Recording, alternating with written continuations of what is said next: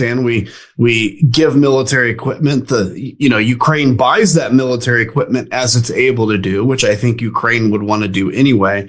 And I think the understanding is that we have to arm Ukraine and make it so that Russia does not consider reopening that war in the future. Because if you all of a sudden say, Ukraine, you don't get any weapons from the United States, there's no peacekeepers in Ukraine, there's nobody monitoring, the border between Russia and Ukraine, and by the way, you can't join NATO, then all of a sudden it's just a matter of time until Vladimir Putin rearms and reengages in the war.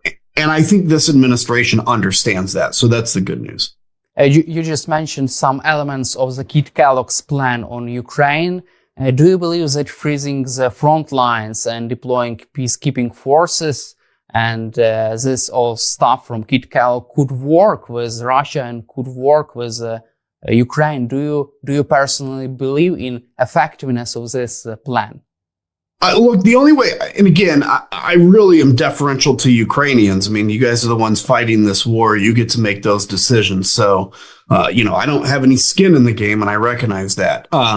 My tendency is to believe that if we go from we'll freeze the current lines, if that is the starting point, then you have to start from that position with, if Ukraine gives up that land, obviously should never recognize those lands as Russian. That should always be recognized as occupied Ukrainian lands.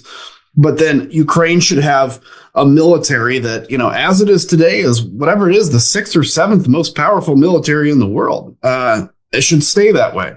Secondarily, we should ensure that if there are no peacekeepers, American or European troops in there, that again, Ukraine has no restrictions on what it can do to defend itself.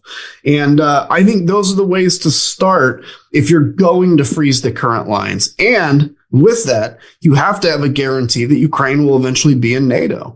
I mean, those are the only ways to guarantee that Russia doesn't reopen this war again. Otherwise, again, maybe, we'll see what ends up happening in terms of occupied Ukrainian lands. But you cannot start from a position of Ukraine gives up the land, because the idea that Ukraine has lost this war or is losing this war, and I hope your people hear this, is insane. Ukraine is winning this war. I mean, at this rate, with what Russia has taken of Ukrainian lands in the last 2 years, it would take over like 100 or 200 years for Russia to occupy Ukraine from 3 days, right? All a defending country has to do to win a war is to keep defending, and Ukraine's doing that brilliantly. So I think this negotiation should start from the position of not that Ukraine is losing and we have to negotiate, but Ukraine is actually winning this war. Now, how do we stop further bloodshed and further wars? Retired General Ben Hodges also recently said that Russia today is in a more weak position rather than a year ago with the fall of Bashar al-Assad regime in Syria. How can you assess Russia's position before the start of these negotiations between Ukraine and Russia, and how can you assess Vladimir Putin's position right now? Would he be more weaker in talks with Donald Trump, as they have lost their military presence in Syria and have sustained such unsustainable losses in Ukraine and also Kursk region of Russia? The Ukraine's offensive is going on there. Look, if you're a believer in God like I am, you have to believe that these things that have happened in the last few months were like divinely, inspired to happen before negotiations. The loss of Syria, nobody saw coming. And then it happened really quickly. And I think that's what we're on the edge of with the Russian economy. This could be tomorrow. This could be in a year, maybe 2 years. But all indications are the Russian economy is a paper tiger.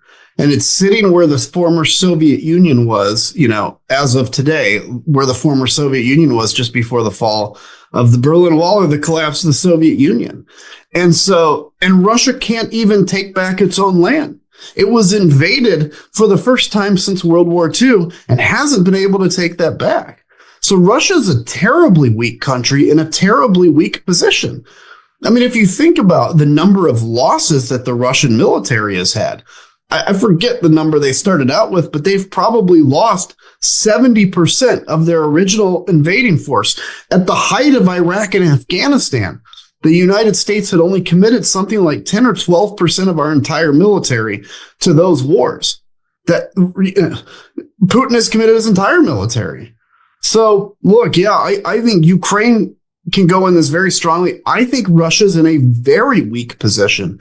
And I think Vladimir Putin, in his mind, is just desperately hoping that something changes when Donald Trump becomes president. But if Donald Trump becomes president and signals that he's going to stand with Ukraine, I think I think Vladimir Putin will come hat in hand begging for an end to this war.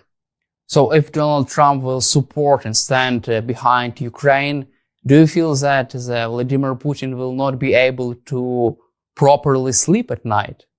Correct. I mean, look, here's the reality. And I think Ukrainians know this more than anybody, but Russia's not going to win this war. The only way Russia could win this war is if the West abandons Ukraine, because the Ukrainian people, as sad as it is, the burden that you guys have to bear in this fight, you're willing to bear this burden to defend your country. I mean, who wouldn't be? My God, it's your country. This is what you were born in, what you grew up in. You're just asking that you have the tools. And I got to tell you, they used to think, when I was growing up as a kid, I always thought Soviet equipment and American, NATO equipment was the same. No, it's like this. NATO equipment crushes Russian equipment. And so the more that the Ukrainian military is being outfitted with NATO equipment, which is far more than it was even at the beginning of the full-scale war, the more lethal that the Ukrainian military becomes. You will not lose this war if the West continues to stand with you. And that's the other thing is, even if the United States pulls away, the Europeans have the ability, if they decide to equip Ukraine with everything Ukraine needs to win. But Europe has to wake up. And even 3 years after the start of the full-scale invasion, it seems like they're still rubbing their eyes in the morning and haven't had their coffee yet. They're not waking up to the real threat that Russia and China ultimately is.